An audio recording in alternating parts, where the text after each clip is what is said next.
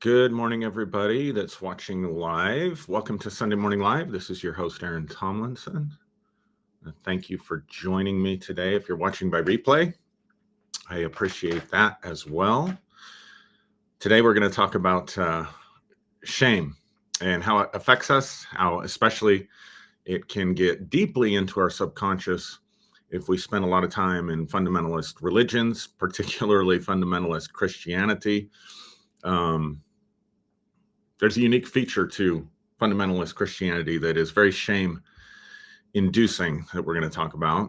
I'm going to give it a second, see if some people will jump on. I'm going to share this in the group, so give me just a quick second. If you're jumping on, say hi in the chat so I can see if I'm seeing comments today. Hope everybody's enjoying their summer.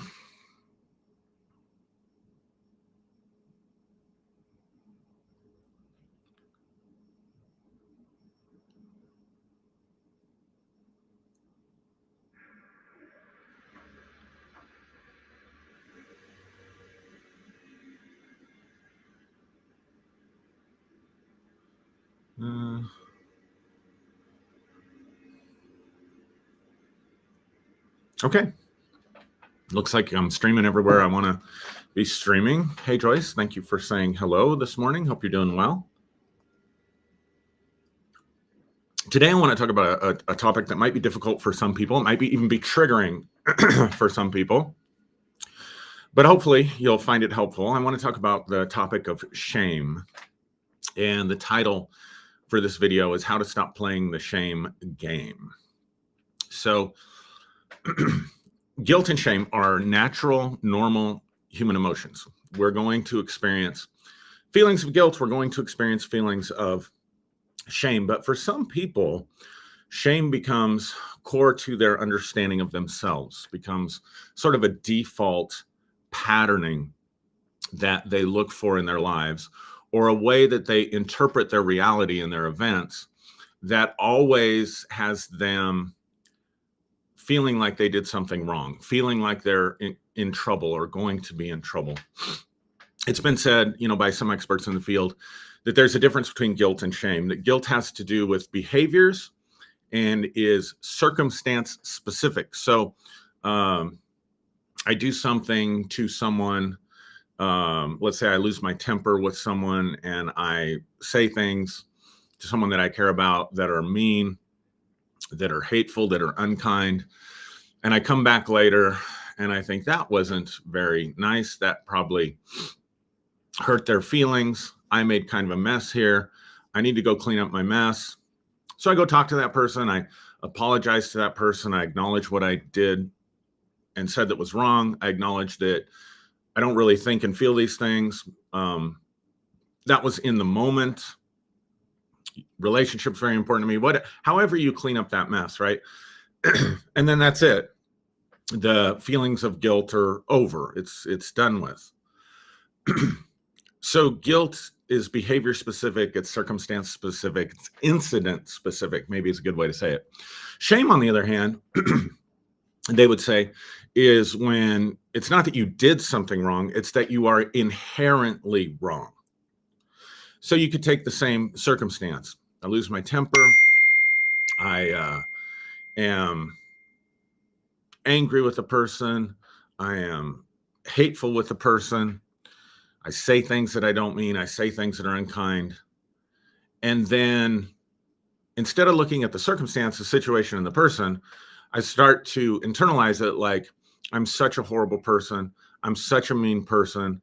I can't believe I said those horrible things.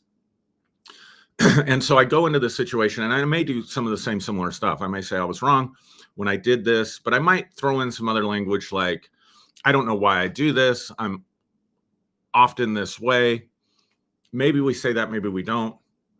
We clean up the situation, hopefully, with apologies and some forgiveness and some reconciliation. And then we walk away and we're still feeling bad. And we're feeling like, again, I'm such a horrible person. I'm such an awful person. I have to keep that terrible person that I am in check. I have to hold that terrible person in check and make sure that person doesn't come out again. It's no longer just incident specific. It's this, in other words, I conducted myself in a way that was hurtful in this specific circumstances because I got angry. I'm such a terrible person that this is what happened.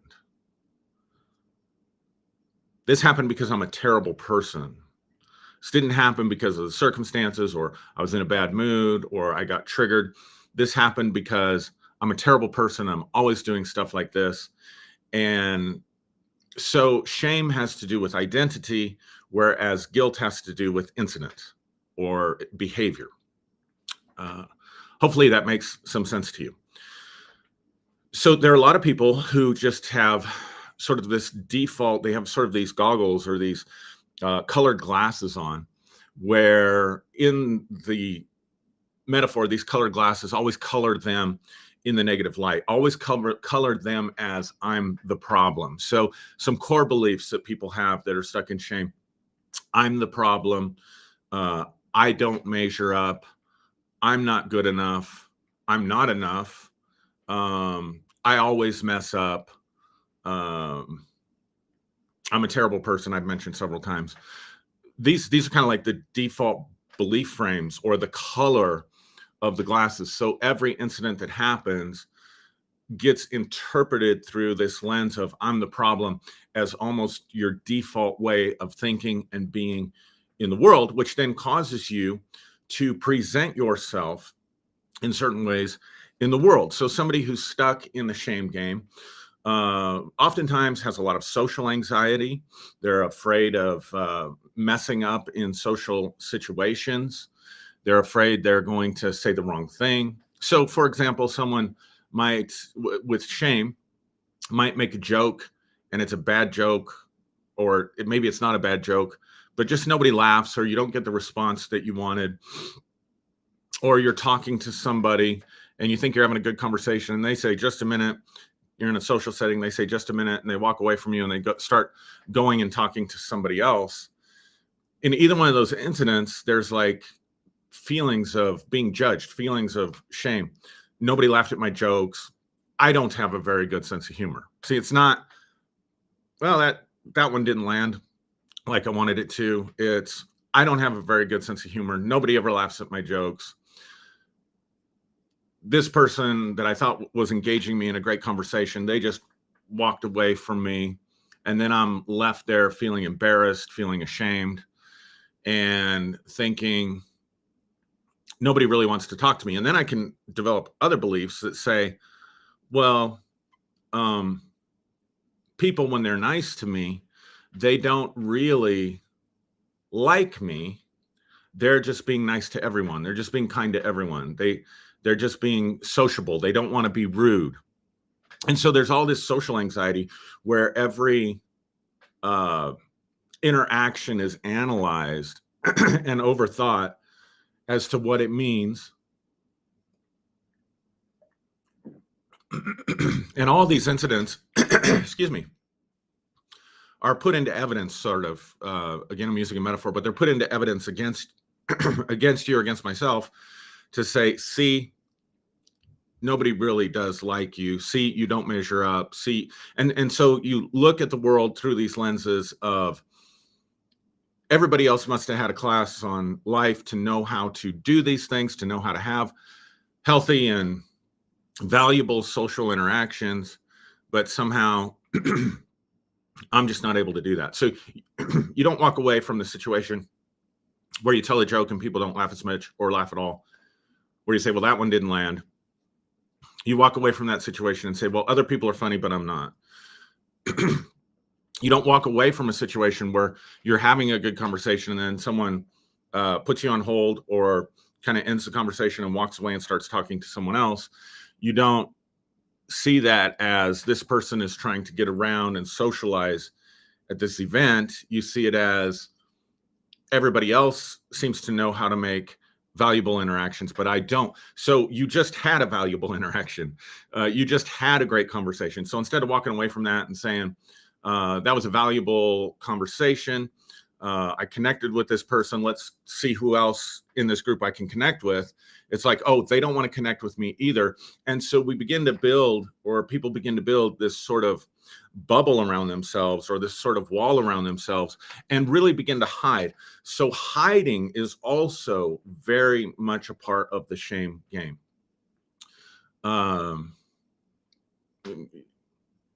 The story of the Garden of Eden, right? Adam and Eve were naked and they were not ashamed. They ate from the fruit of the tree. They saw that they were naked. They covered themselves. So there's the bubble, there's the wall, right? And then they hid themselves because they were ashamed. So there's this hiding, there's this kind of doing stuff in the shadows. And all of this is on a spectrum, by the way. So people will deal with this at various different levels and situations in their lives. And some people are more stuck in playing the shame game than others, right? So then it's like, I have to hide this stuff. I have to not talk about this stuff. And the problem with that then is that a person who's stuck in the shame game and they're hiding and they feel like they can't let their true needs, wants, desires out. They don't feel like they can be authentically human. Because to be human is to not get it right all the time. In fact, to be human is probably to get it just right very seldom of the time. And so what happens is they start doing manipulative things, secretive things. Like, I want people to like me. I want people to love me. I want to get these needs met. I want these wants to be satisfied. But because I feel like I can't do any of this, then I do it in sort of seductive ways or manipulative ways, passive aggressive ways. Playing the victim, for example, in situations, looking for situations where I can confirm to myself that I'm really not accepted in this group of people. And so I'm going to interpret some event, maybe even consciously or subconsciously cause a certain event so that people react to me the way that I expect them to react to me, which is some form of rejection, some form of expressing displeasure. And so I, again, interpret everything through that lens.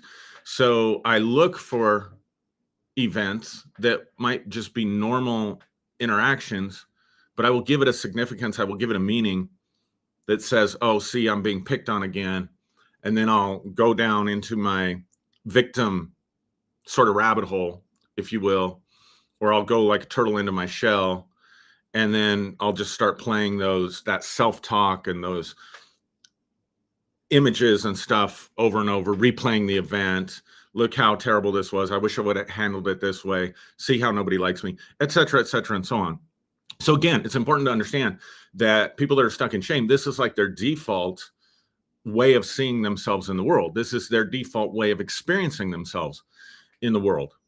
Some of the indicators that someone has a high degree of shame, they apologize a lot. They apologize for things they don't really need to apologize for. They're late for a meeting, and that maybe was a little bit inconvenient to the person that they were meeting or people that they were meeting, maybe, but it didn't hurt the person. It didn't harm the person. It didn't harm their reputation. It didn't, like I said, cause them any pain. And they'll come into the meeting and immediately start apologizing, and maybe even over apologizing. I'm so sorry that I was late. I just can't ever seem to get it together. If you want to cancel the meeting, it's fine. We can reschedule. And they're like 10 minutes late. So over apologizing, almost like having this anxiety that if I don't do everything right in the relationship, I'm going to experience some kind of negative outcome or negative event in this relationship. Again, apologizing for things, saying you're sorry for something when you didn't do any hurt or harm to anybody.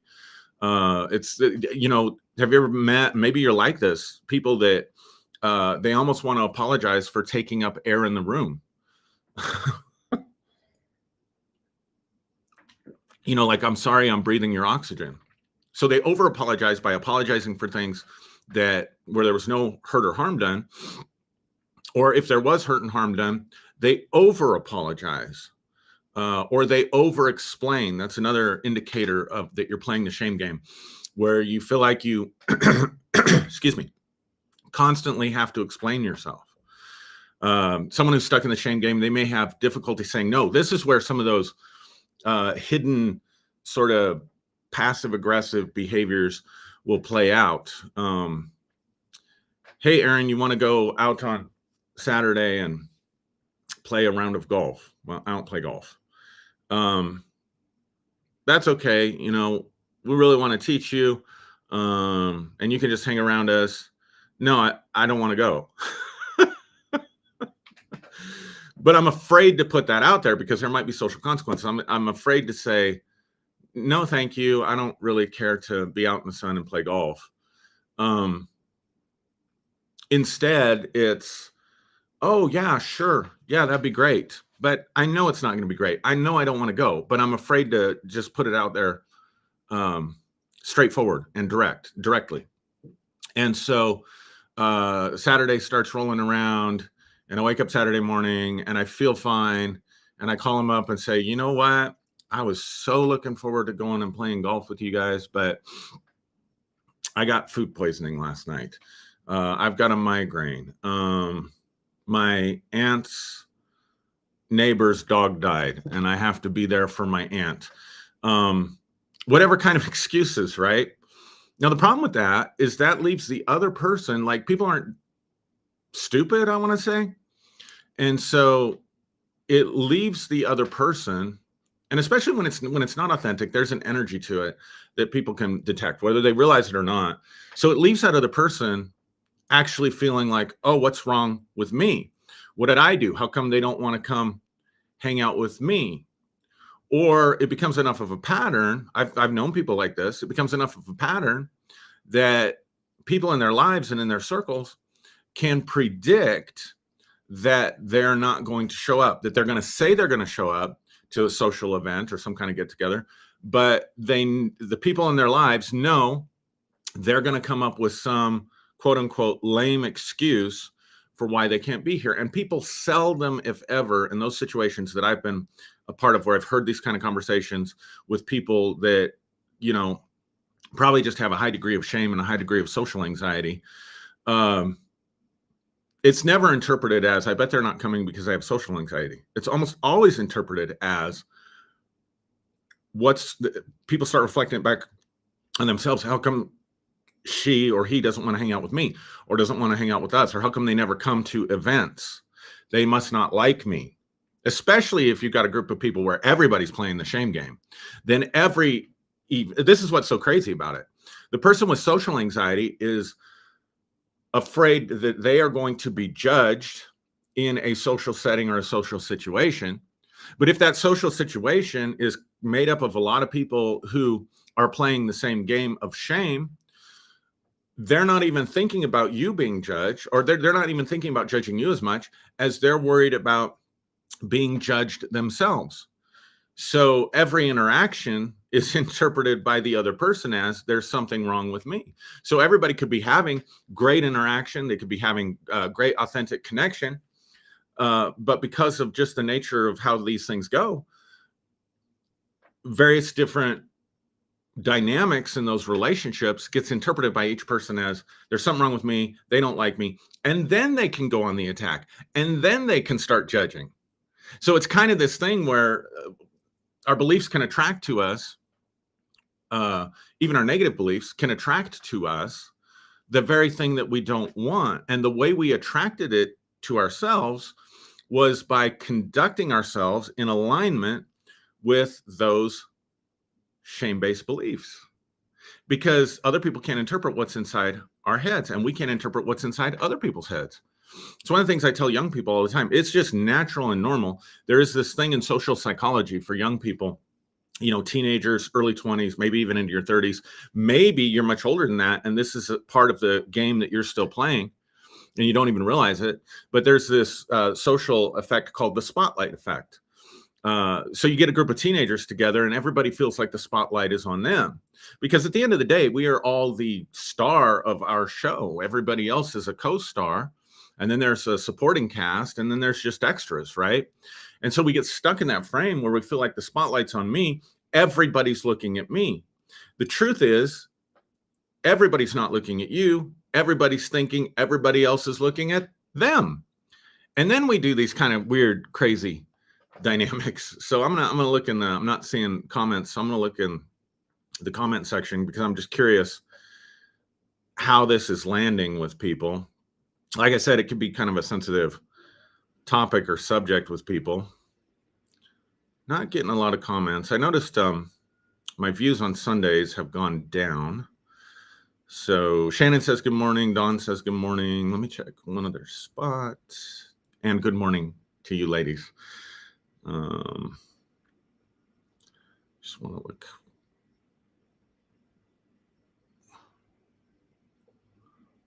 I don't know why this format has changed for me. So yeah, so put in the comments if you can relate to this. If you want to, let me know. So this is what I would call the shame game. Now, what does this have to do with religion? Because I brought in the religious part of it. So part of what goes on, like the foundation of Western Christianity, is what's known as this doctrine of original sin. And the doctrine of original sin begins, like the whole story of Western spirituality that's been influenced by Christianity. The story starts with, you are fatally flawed. You are really effed up. You need a savior. God is mad at you. God needs to forgive your sins. And I used to teach this a lot, man. It's crazy that when I think about it, but this message resonated so strongly with me because I came into Christianity with a very strong shame-based identity. Listen, I'm not talking about stuff that, I managed to escape somehow. And I'm talking to you poor souls out there that struggle with feeling ashamed. No, I lived this. I went to therapy for this. This was something that I had to work on overcoming. This is something that daily I'm still working on at various points in my life. I've gotten much, much, much, much, much better. But when I'm talking about this stuff, it's because I've lived it. I've experienced it. So I'm coming at this as a fellow person in recovery, or a former master at playing the shame game, right? So I want to be clear about that.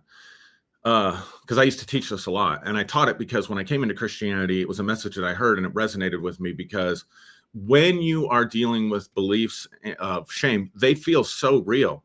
They feel like reality. They may not be reality as to what's going on out here at all, or what the other person is thinking at all, but it feels so true and it feels so real. And so then you hear this message, you were born fatally flawed. You were born this way. You were born messed up. God is angry at you. And then I think about subconsciously all the adults that were angry at me. And so I used to take Romans chapter 5, because Romans chapter 5 talks about Adam and Christ, talks about Adam and the fall. And the unfortunate thing about Romans chapter 5, even in our Bibles today, is that the Latin translation was really poor. And so all the Latin fathers, which influenced us in the West, the early church fathers of like the 2nd, 3rd, 4th, 5th centuries, they had a bad translation that basically said this. So we were taught this. But the idea is that God isn't mad at you for what you did. God doesn't punish you for your sins. You can have forgiveness of sins through Christ. I want you to watch this. Think about what I said at the beginning. Guilt is incident specific. Guilt has to do with the event and the behavior. Shame has to do with you being inherently flawed, you being wrong, you being messed up. And so according to Romans chapter 5, according to almost every Christian interpretation in the West, God is not mad at you so much for what you did, because there is no law. He's not imputing your trespasses to you, it says in Romans chapter 5. Where there is no law, there is no accounting for sin or whatever. So God's not up there check marking all the stuff you did wrong. And if you ask for, depending on what version of Christianity you experience, if you ask for forgiveness for the incident specific stuff, you can easily be forgiven for that. But God's upset with you for who you are, because you were born to a sinful line in Adam. So the idea is that Adam fell, and when Adam fell, he became anti-God, anti-Christ. He became evil. He became rotten to the core. And as Adam's offspring, then, we have no chance. We're part of a fallen race. So God sends Jesus, born of a virgin, and he has to be born of a virgin. I hope this helps you make sense out of why these things are so important, why they're in the creeds.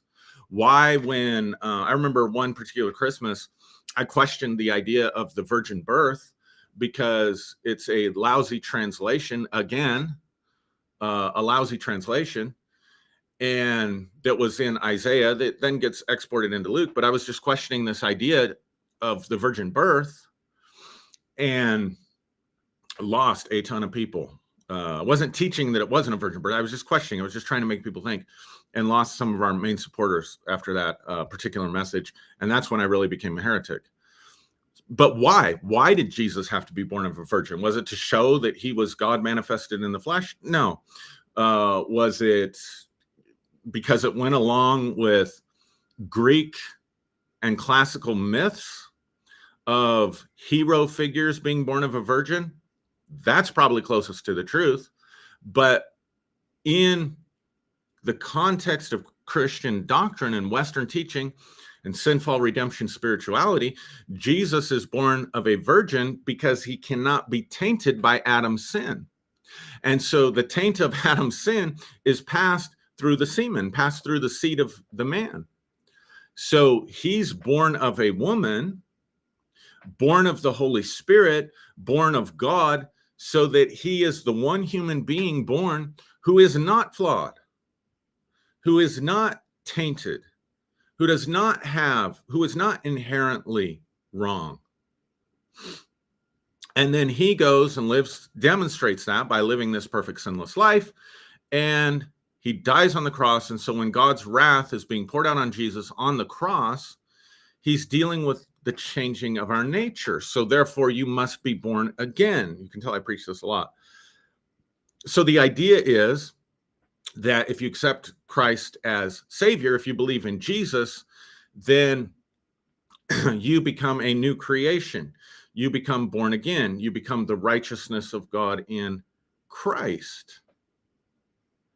And so I gravitated towards that. I gravitated towards in him realities and in Christ realities, because I was combating these layers and levels of shame-based beliefs in my life. But I just want to point out that the whole message, like the message can't even exist the way we hear it. The purpose of Christ's death, the purpose of the virgin birth, the purpose of the cross, the purpose of the resurrection, the purpose of baptism, the purpose of making a confession of faith, all hinges, the linchpin for all of it is this idea of original sin, that you are fatally flawed, that you are wrong.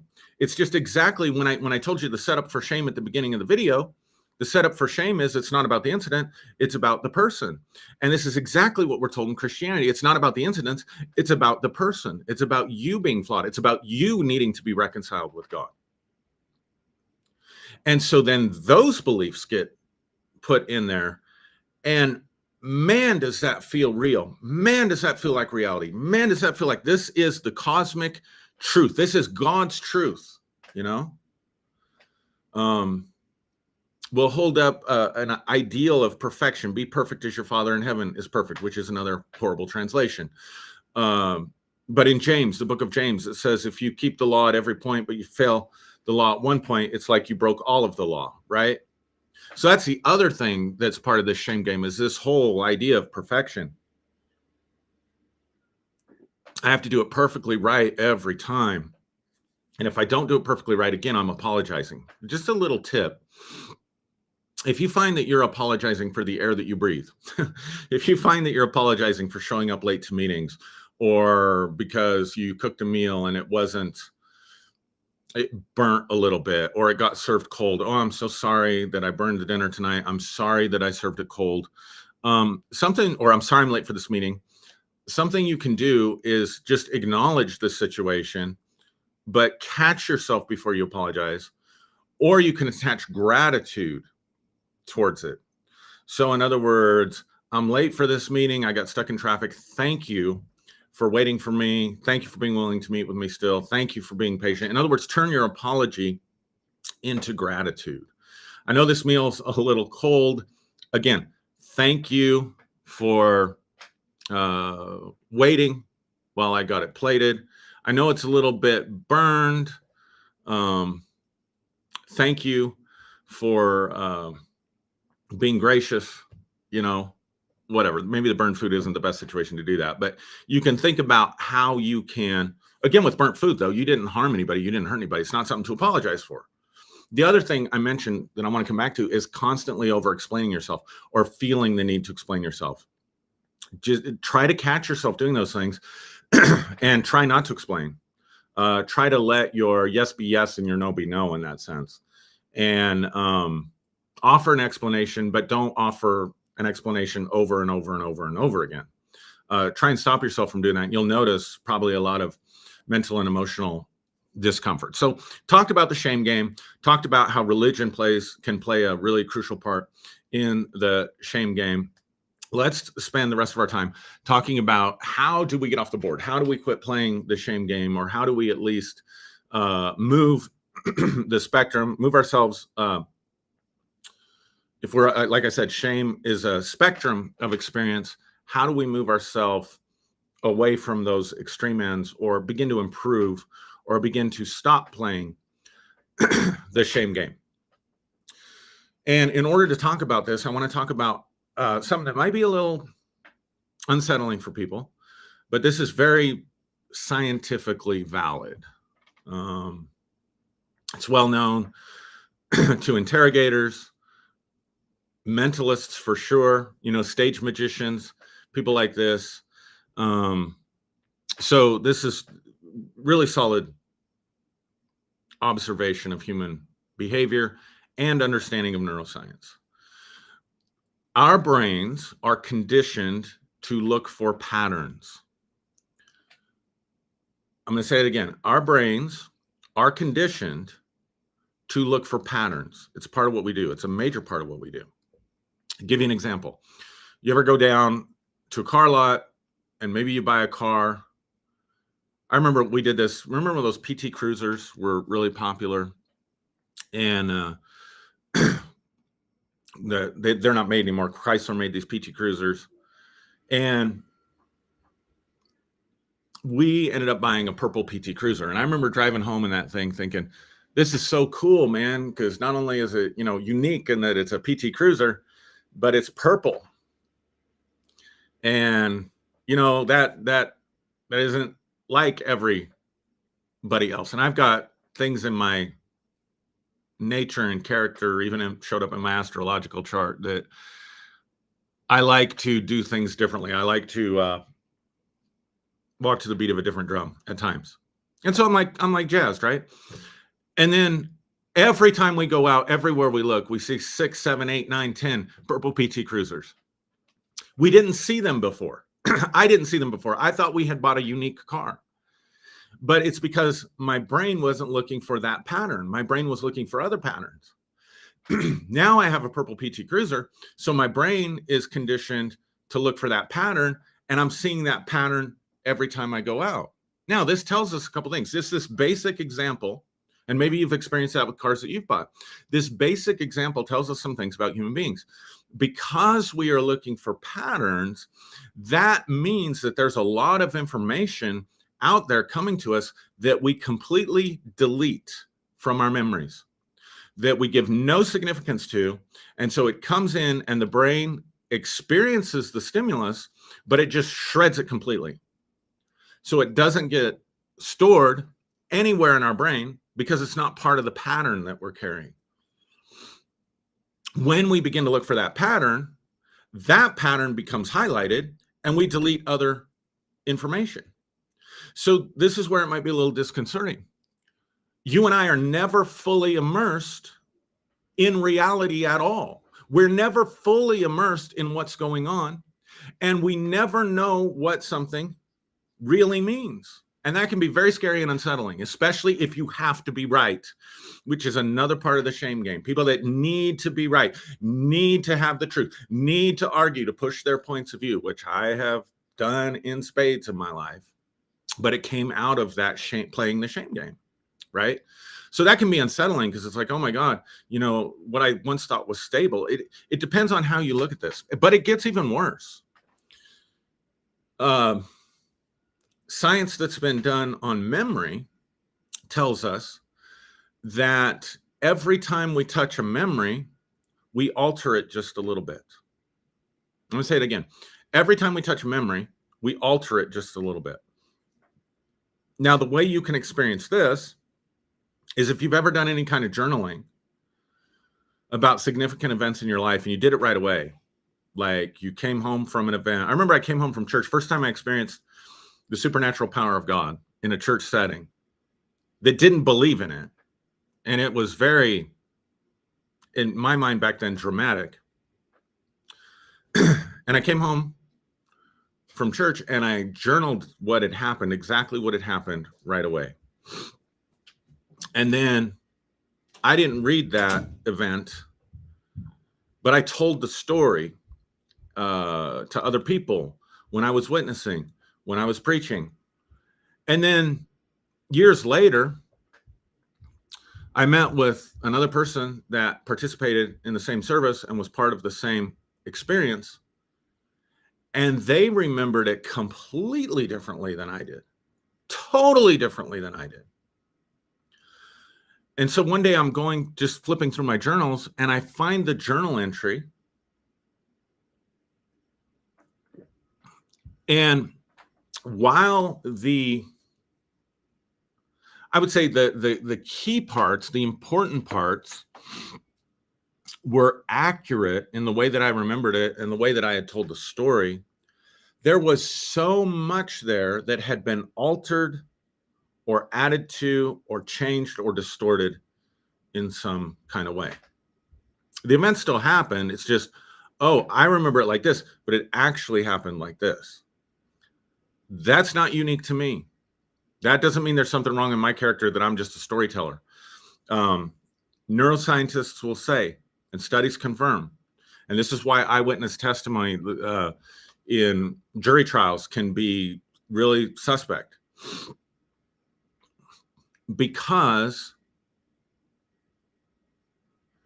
every time we touch a memory, we alter it and change it just a little bit. Now, this can be unsettling because it creates a lot of uncertainty for us, or it can be liberating because it creates a lot of uncertainty for us. I know people playing the shame game will hear that and think, oh my God, I could have been wrong. I've been wrong my whole life. I can't even trust my own memories. Maybe even my own memories are wrong. I can't be trusted with reality. That's one way to go. Probably the way a lot of people will hear this. The other way to go is, my views, my opinions, my experience of reality isn't 100% accurate. In other words, it isn't that perfectionist right. There are things that happen that I don't remember, that I delete. The stuff that I do remember, I filter through my beliefs and I distort and I change it every time I tell the story. So nothing that I have is 100% accurate or right. Now, the advantages to that: I don't have to be right. I don't have to defend my opinions. I can hold my beliefs with an openness to new evidence. And you know what that's going to do? That's going to make me a more pleasant person to interact with, especially with people who think and feel differently than me. That's going to open up avenues and opportunities for me to see the world through other people's eyes, to challenge my beliefs. It's going to give me opportunities to grow. Here's the other thing that it does.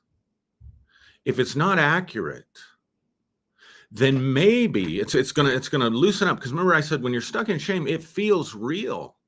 It feels like reality. It feels like the truth. I would swear on a stack of Bibles that it's the truth. And that's the problem. That's why I can't stop playing the shame game. That's why I can't get out, because it feels so damn real. And I'm so damn certain about all this stuff. So if I can understand that uncertainty, I can leverage that uncertainty when I'm in the moment or after a moment experiencing those thoughts and feelings, and just sit there and say, Aaron, this is not real. This is just your felt experience. This is different than gaslighting. I was doing some cognitive behavioral therapy with someone, and cognitive behavioral therapy is where you challenge these cognitions, these belief systems. And they're like, it feels like I'm gaslighting. It feels like you're gaslighting me, they said. This isn't gaslighting. Gaslighting is, I want to make you think you're crazy so I can control you. This is, your felt experience is 100% real, but it is the map and not the territory. It's your model of reality, not reality. In other words, it's absolutely true that you're feeling and experiencing and thinking these things, but these feelings, these thoughts, and these experiences, the only place they exist, I'm going to emphasize this again, the only place they exist are inside of you. The only place that they're real are inside of you and inside of your felt experience.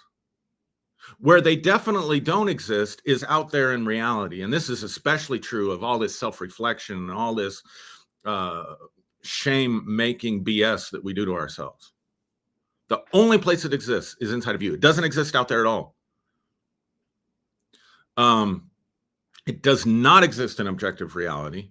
And the only life this has is the life that you give it.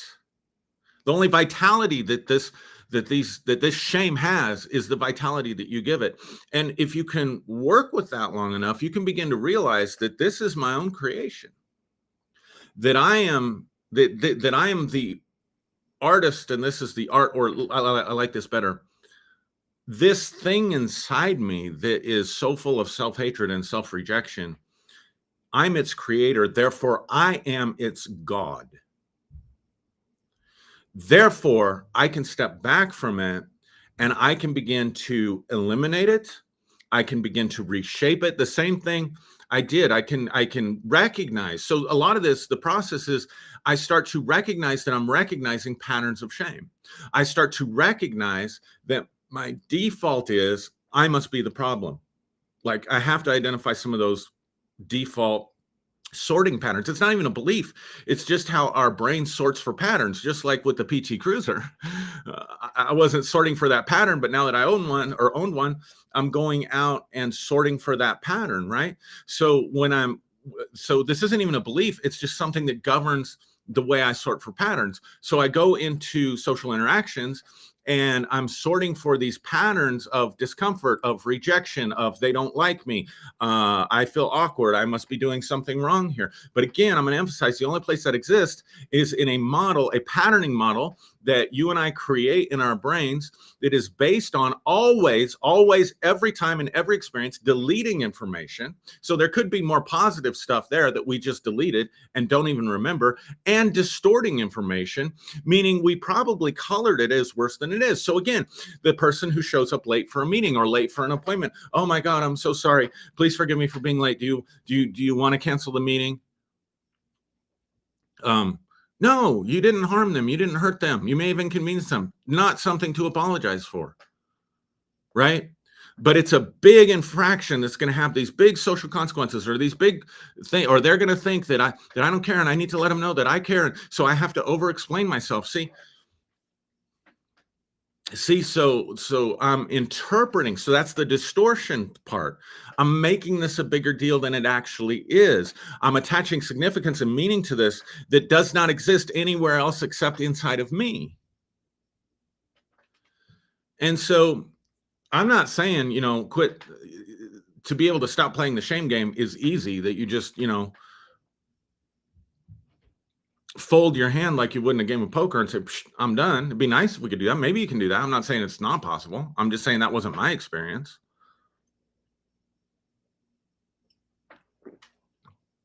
And if you could stop it, you probably would.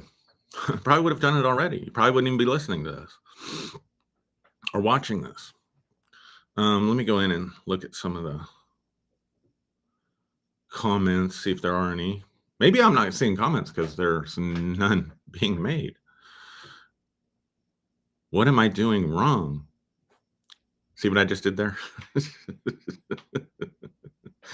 Yeah. Somebody says you're coming down my street.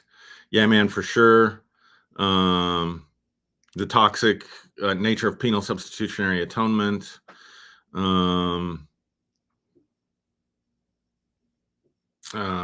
Someone says I cry when I am sharing things that I am passionate about or that touch me emotionally. I have stopped apologizing for crying and started thanking people for allowing me to be vulnerable. I love that.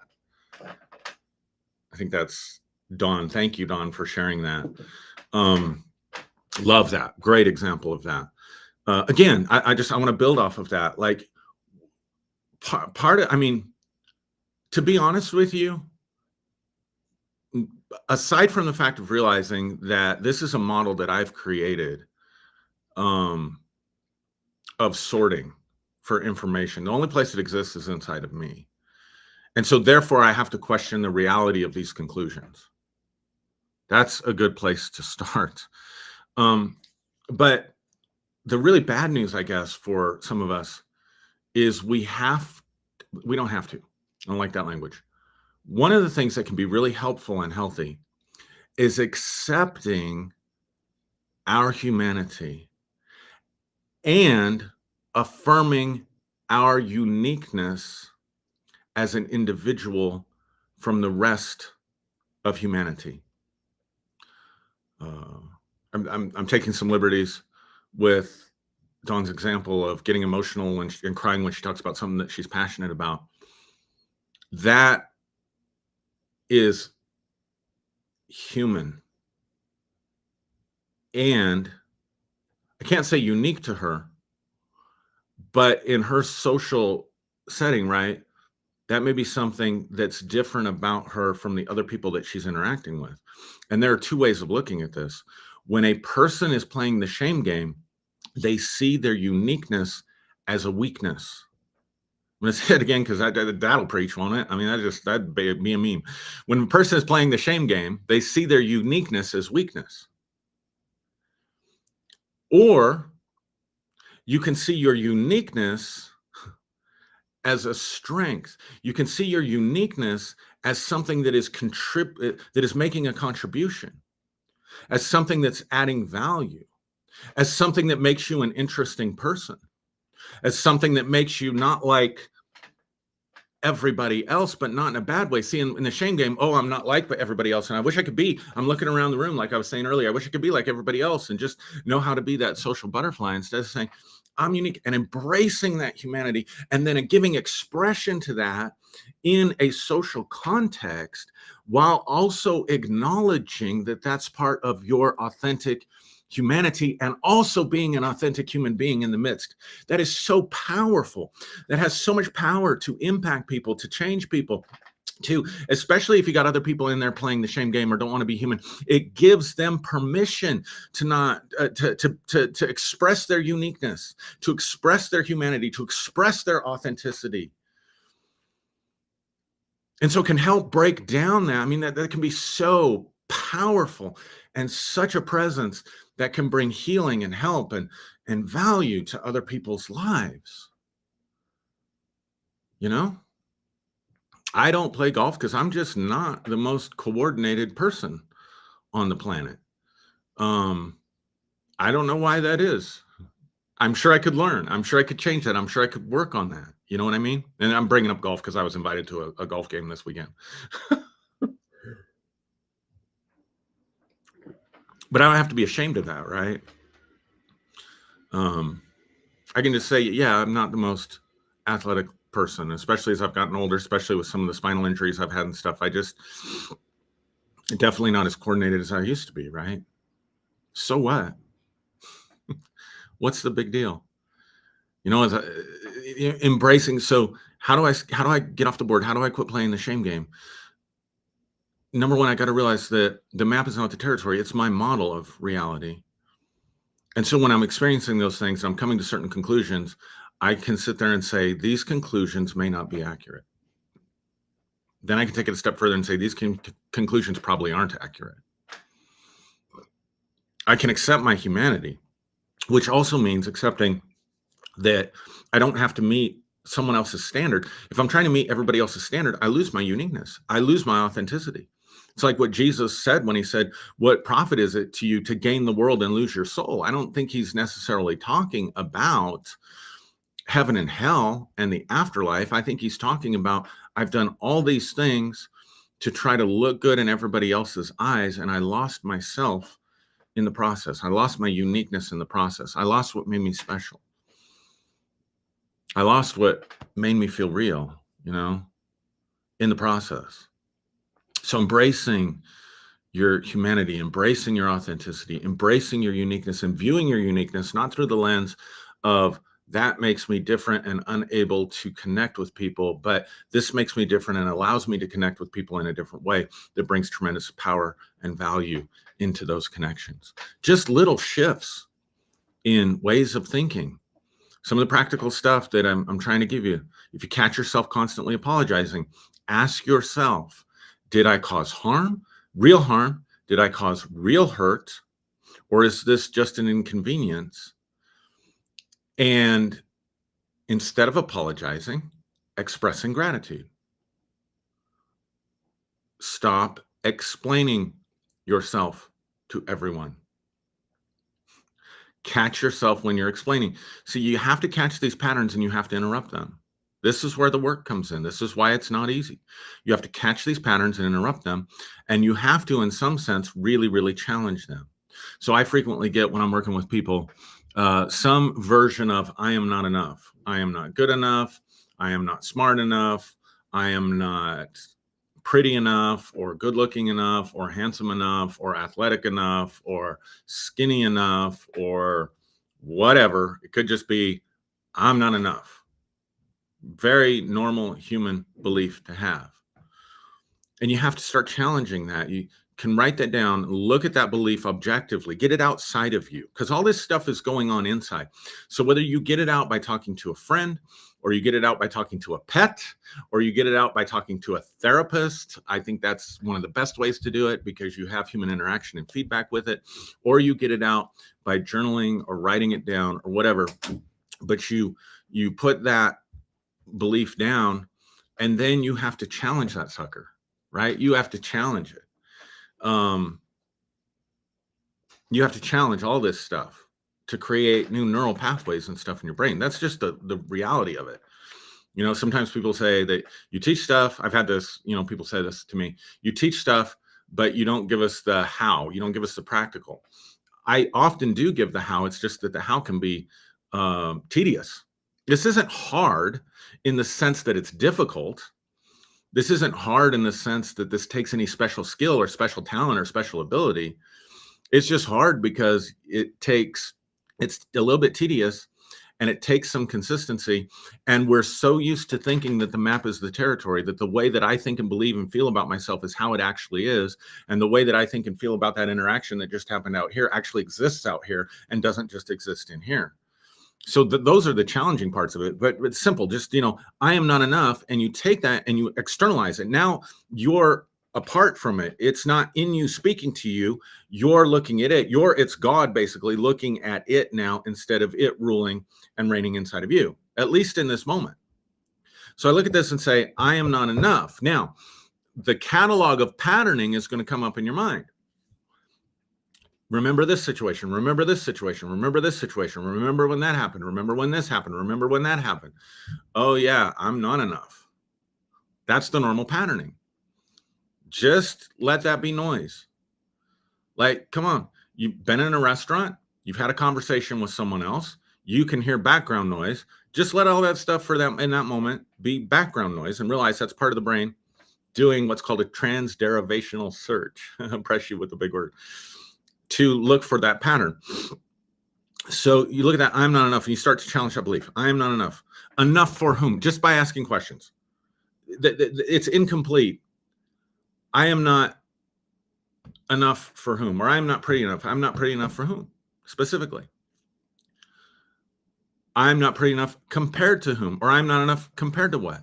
By whose standard?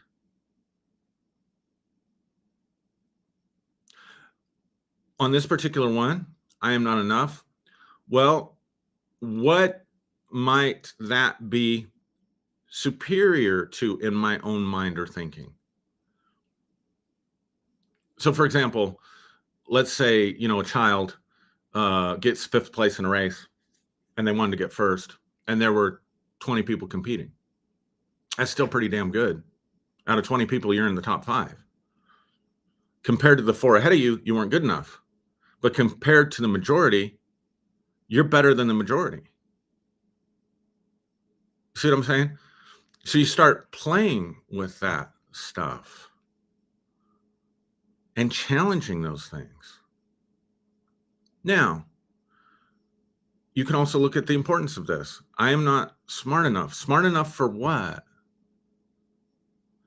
What is it that I want to accomplish that I'm not smart enough to do?